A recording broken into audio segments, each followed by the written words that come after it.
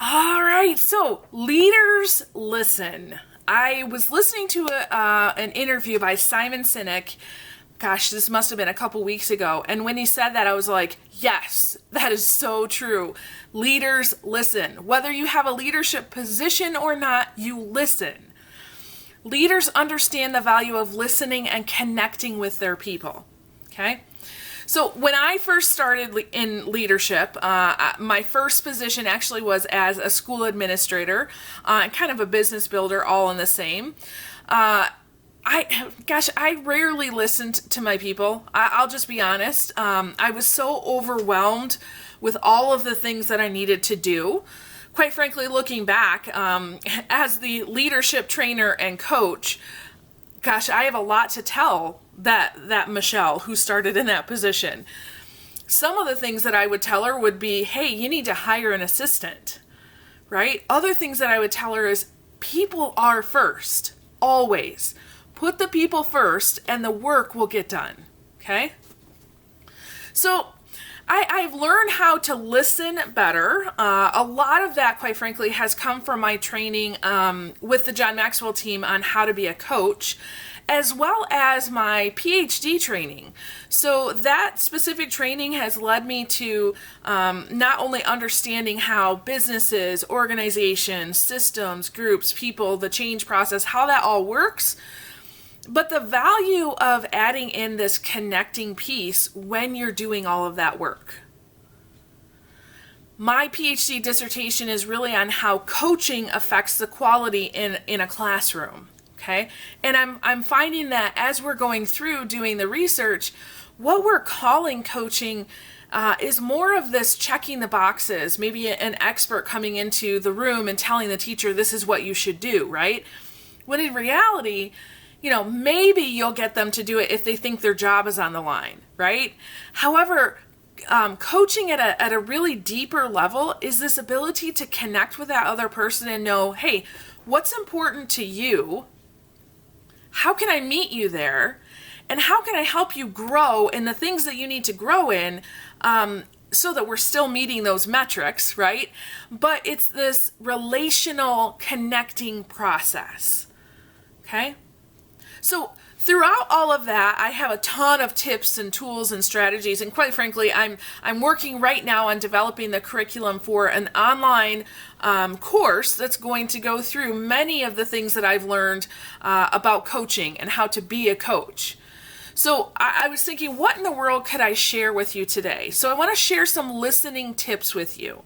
Now, these tips are not necessarily things that you'll hear like, active listening skills or, paraphrasing or things like that. I do talk about those from time to time, but quite frankly, you can use our Searchy tool, our search engine, and you can go look up all those things and you'll have access to that. What I want to talk to you today about is the what are you listening for? Okay, so maybe you've learned a little bit about how to be a good listener. Great. What in the world are you listening for? So there's a few things that when you truly listen for these, you'll know more about that person and you can connect better. So the first one is, what words do they use? What words do they use? And it's not just about what do they say, it's what words do they use because the words that they use tell you how they experience the world. Let me give you some examples. If I hear a coaching client say, the other day I was thinking about, or the other day, man, I was really mulling this over in my mind, right? The thinking and the mulling over in my mind, those words signify to me, whoa, okay, this is a cognitive person. They put value and importance on thinking, okay? If I hear somebody say something like, I noticed or I saw, those words tell me they're a visual person. Sometimes I'll hear people say things like, well, when I was walking across the room, ... right? They put importance on those words when I was walking across the room. That tells me they're a kinesthetic, a moving learner. Because they could have said anything, right? But they said, when I was walking across the room, this happened. Now, the subject of the conversation is whatever is inserted in that ... right? but they chose to say when I was walking across the room, because them walking across the room is important to them. Okay? Listen for those words. When you understand that, so oftentimes what I will do is when I notice that, whether it's in an email or a phone conversation or in person, I just keep track, maybe on a piece of paper with that person's name. Oh, they said this word. Oh, they said this word. Oh, they said this word. And then eventually I get a better picture about how this person chooses to interact in the world. That's going to help me, because if I'm going to maybe give them a tip or a suggestion about changing something, if I know that they are a cognitive person, I might say, hey, could you set aside some thinking time on this? Now, if I know they're a kinesthetic learner, no, doesn't mean that they don't think, but their importance is on moving. So I might give them a suggestion about, hey, when you're cleaning your room at the end of the day, ... Okay, does that make sense? So listen to those key words, they'll give you clues. The next thing you're listening for are feelings. Now, this one gets a little weird because, depending on your relationship to your own feelings, first of all, you need to understand that a feeling is just data, okay? A feeling is not something that you need to put a judgment on. So if a person is coming to you in anger, they're not angry at you, they're just feeling anger, right?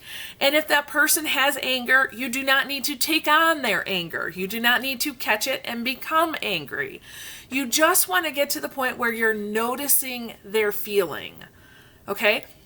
And just beyond noticing the feeling, what happened that brought that feeling on, right? You want to understand what that trigger is. That's going to give you really good data. I remember one time leading a staff meeting and we were talking about the possibility of raising our prices. Now, that's really kind of a normal thing to do, right? I had a staff member who was immediately angry.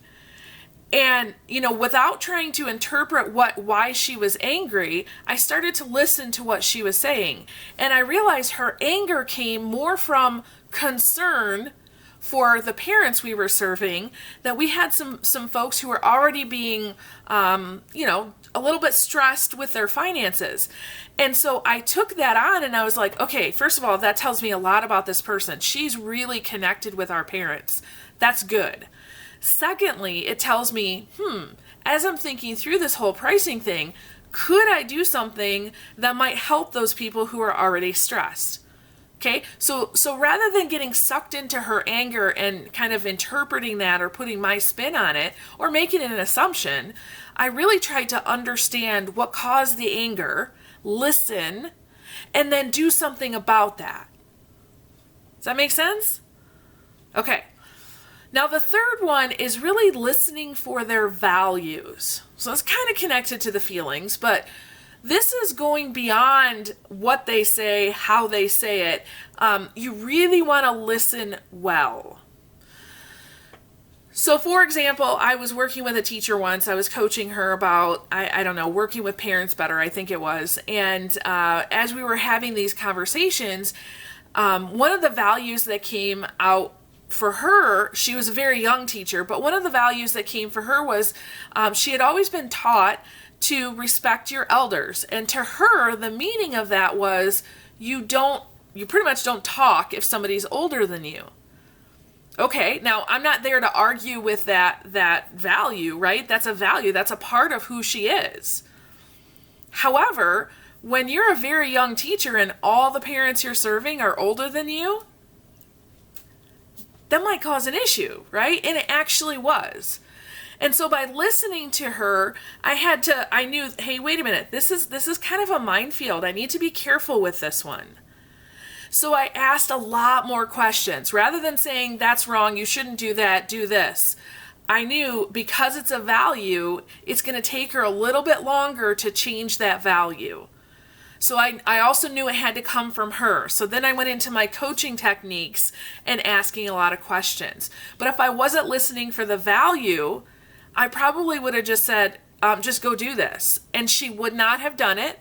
And both of us would be confused as to why, and we wouldn't get the result that we wanted. Okay? So listening to their words, listening to feelings, listening to values, that's going to serve you well. Now, there's some challenges to this, and I'll be honest with you that working with hundreds of leaders and coaching them, I've seen all these challenges. So I'm just going to throw this out to you, and maybe you're the type of person that you've got to go and you've got to experience the challenge first, but maybe you're the one that can learn from other people's mistakes, okay? So there's a few things you need to understand. The first is, this kind of listening requires you to be quiet. Not just to be quiet in your voice, to be quiet in your mind. Instead of coming to a conversation, listening to what somebody's saying, and then trying to figure out what you're going to say in response, this requires you to sit back, notice, observe, be curious, and trust the moment. Okay? That alone may be extremely difficult for you to do on your own. That's a challenge. Another challenge is that you need to value listening. If that has never been something that you've experienced before on this greater level, or that, whether you've been listened to or you've listened on this greater level, you got to value it. Okay? Quiet that inner voice. You've also got to come to it from a place of understanding and compassion rather than judgment. So this may take some real internal change and growth for you in order to be able to increase this skill. So, a couple questions for you. In light of all of this that I've shared with you, what is your listening plan? What's your plan? What is your intentional plan for growth to become better at listening? How are you going to keep yourself accountable as you're doing this plan? Or do you trust yourself that you're going to be able to do this on your own? Or do you know, hey, I need to be with somebody to help me? Now, I tell you this, that if you feel like, hey, I'm good, I'm going to create this plan, I'm going to go do it, and you know that you are, rock on, man, go do that, right?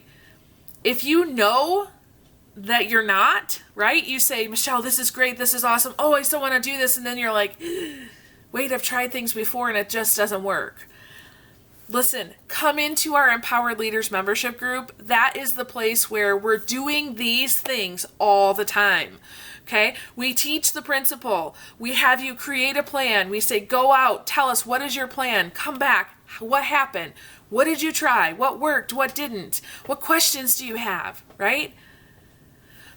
Come into the Empowered Leaders membership group, and I promise you we will give you the accountability that you need in order to grow to actually get the result that you want. So if you want to become a better listener, a better connector, a better relationship builder, a better producer, and definitely a better empowered leader and empowerer, come into the Empowered Leaders membership group. We'd love to have you. Okay? Awesome. Thank you so much for joining us today. Hey, listen. Go out and make today a great day, would ya? Go out and make it a great day for you. Make it a great day for somebody else. Just go be an encourager today, would ya? Go make the world better just by encouraging somebody. Awesome. So with that, I release you into the wild. Go forth and prosper. Have an amazing day. We'll catch you next time. All right. Bye-bye.